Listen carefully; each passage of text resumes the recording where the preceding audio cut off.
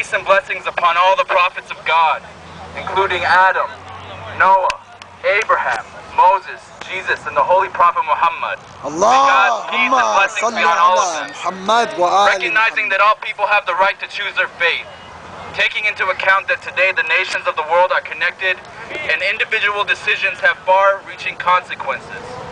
Having considered the U.S. constitutional rights of freedom of speech and expression, including all of the corresponding restrictions and exclusions, alarmed by the increasing cases of disrespect of divine symbols within the United States, deeply upset about the film, lacking even an iota of academic or historical integrity, expressing our condolences to those innocent lives who have been lost as a result of the film, in solidarity with the community of Muslims all over the world, noting with deep concern the efforts of certain new agencies and institutions to promote anti-Islamic statements within the minds of Americans.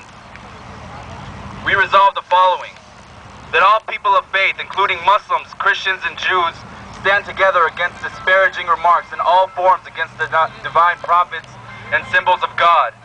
That all Americans, regardless of faith, discuss the theological differences respectively. That all mosques, churches, synagogues, schools, and universities, and houses of worship impart in their youth respect for divine teachings and divine symbols. That the American people demand the U.S. constitutional government consider customary international law in crafting legislation to curb further acts of blasphemy against divine symbols of all faiths. That just as various Western nations have created exceptions to freedom of speech for historical events, royalty, obscenity, fighting words, and words that can lead to imminent lawless action, a similar exemption can be crafted to protect symbols of faith. The YouTube immediately removed the distasteful video from its site per its term of usage. That Americans recognize that the current law in relation to freedom of speech is not in line with the principles of the divine messengers, the founding fathers of this nation, or common respect. That all Americans of faith stand together against the plans of the Zionists to disunite us, as the Zionists respect neither Judaism, Christianity, or Islam. And that all Muslims stand together and honor the Holy Prophet Muhammad. صلوات على محمد وآل محمد. اللهم صل على محمد وآل محمد. 3 times. لبيك يا رسول الله. لبيك يا رسول الله. لبيك يا رسول الله. لبيك يا رسول الله. لبيك يا رسول الله. لبيك يا رسول الله. اللهم صل على محمد وآل محمد. I would like to introduce to you now Maulana Samahat al-Sheikh Latif al-Khafaji, who's visiting here and supporting you. He came from Phoenix, Arizona, from Al-Mahdi Center. Give him a loud salawat ala Muhammad wa ali Muhammad.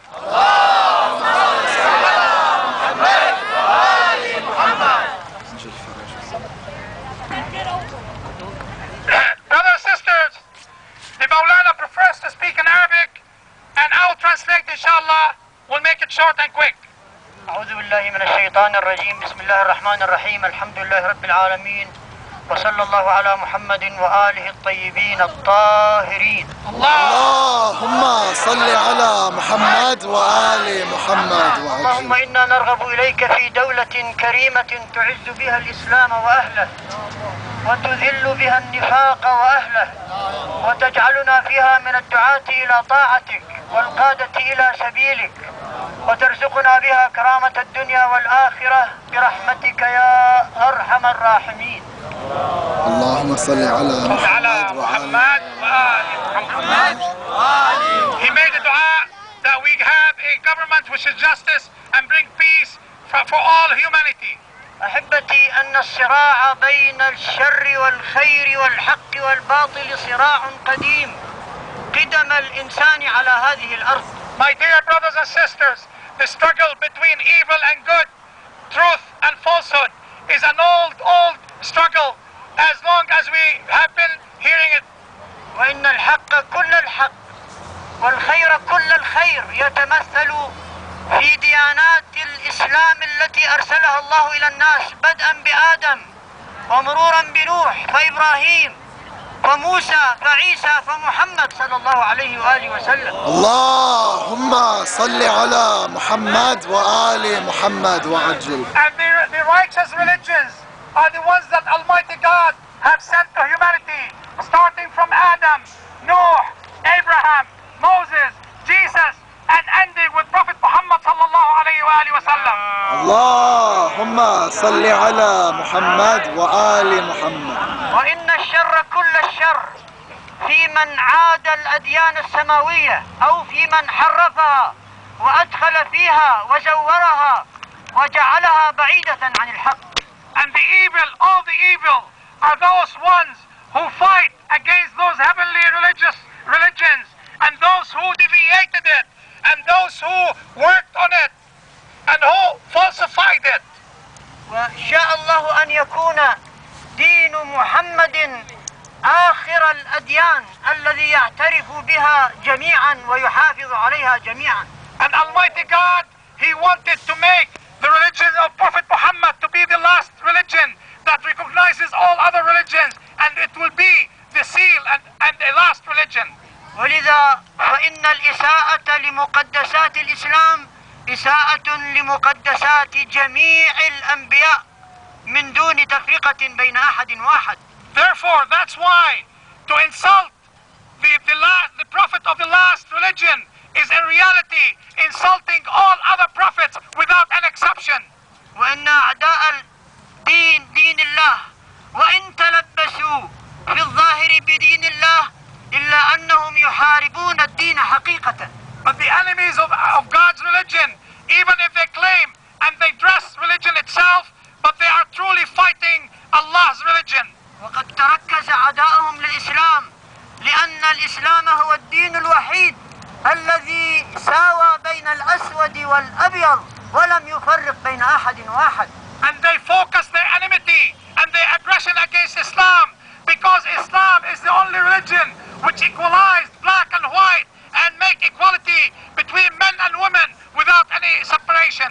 الإسلام الذي كرم المرأة والرجل وعزز المرأة بالحجاب وجعلها سيدة نفسها.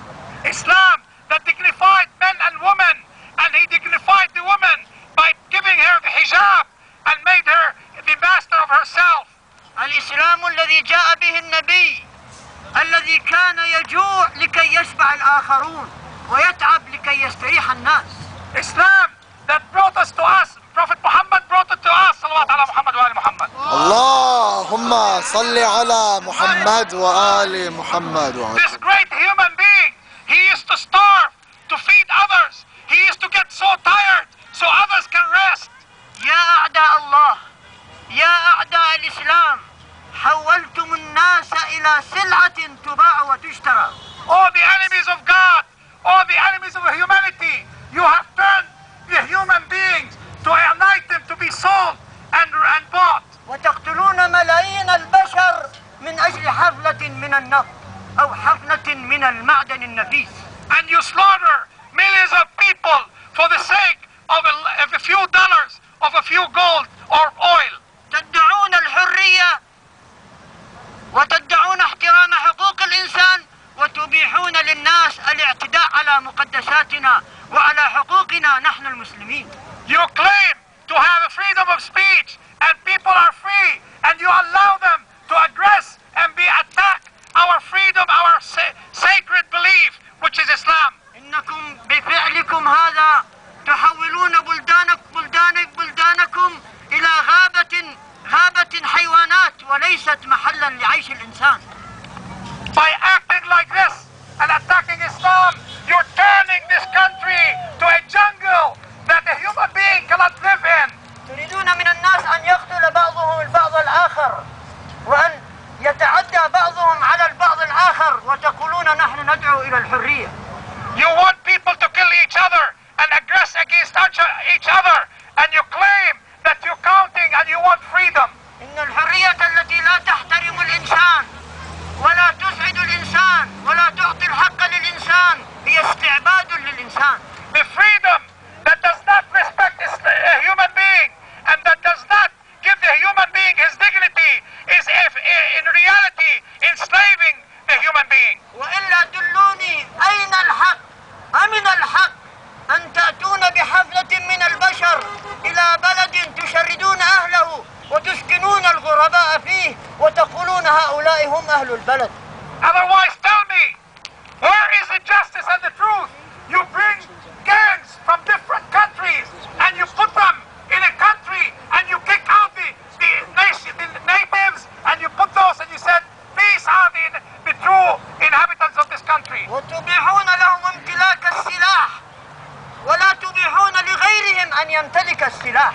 And you allow them to have the weapons and you do not allow others to have weapons to defend themselves. إنكم تكذبون على أنفسكم وعلى شعوبكم التي سوف تستيقظ وسوف تحاسبكم في يوم قريب. You are lying on yourselves and on your people. The people of America one day will wake up and they will make you accountable for what you are doing. Salawat.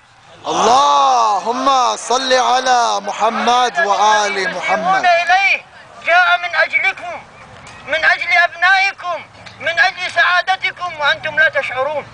This man, Muhammad, who you are defaming his name. He came because of you. He came for the sake of your children. And you don't know you're attacking him. إن محمدا هو الهواء الذي نتنفسه والحياة التي تسكن في قلوبنا. Muhammad is the air that we breathe. It's the life that we live in. ولن نسمح لأحد أن يسيء إليه، لا والله، ولن يقبل أي مسلم بذلك. And we will not allow anybody to defame Muhammad or to insult him. By Allah, we will not accept this. Salawat ala Muhammad wa ali Muhammad. اللهم صل على محمد وآل محمد وعجل فرجهم. نار تكبير. الله أكبر. الله أكبر. الله أكبر please. الله أكبر. الله أكبر. الله أكبر. خامنئي رهبر. المهزلة أو فافتحوا أبواب سجونكم لكي ندخلها جميعا. You better stop this aggression. Otherwise, you need to open more jails because we all, for the love of Muhammad, are willing to enter the jails for that. لبيك يا رسول الله. لبيك يا رسول الله. لبيك يا رسول الله. لبيك يا رسول الله.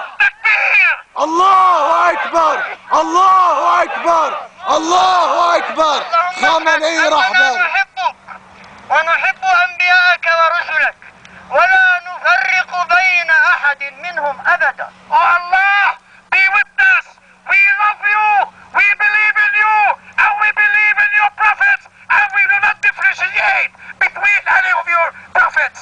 اللهم اشهد أننا نحترم كل دياناتك ولا نحاسب أحدا على يهوديته أو على مسيحيته، فالناس أحرار في دينهم. Oh Allah, bear witness. We respect all the heavenly religions. We do not put accountable for those who are Jews or Christians. We respect all religions. أيها المسلمون كونوا أحرارا في دنياكم واحموا دينكم واحموا نبيكم واحموا عقائدكم. All Muslims, be free in this world as you came to it free. Protect your beliefs, protect your prophet, and protect your religion. أسأل الله لكم السعادة والسلامة في هذا البلد وأسأله تعالى أن يرزقكم كل خير والحمد لله رب العالمين وصلى الله على محمد وآله الطيبين الطاهرين. اللهم صل على محمد وآل محمد وعجل. He prays to all of you that you will have happiness and health in this world, in this country.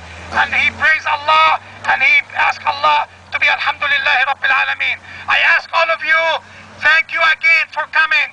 And thank you, and your reward will be from Allah subhanahu wa ta'ala. So please, let's go from here, organized on the sidewalk to your cars. And may Allah bless you, and thank you. Wassalamu alaikum wa rahmatullahi wa barakatuh. Allahu Akbar.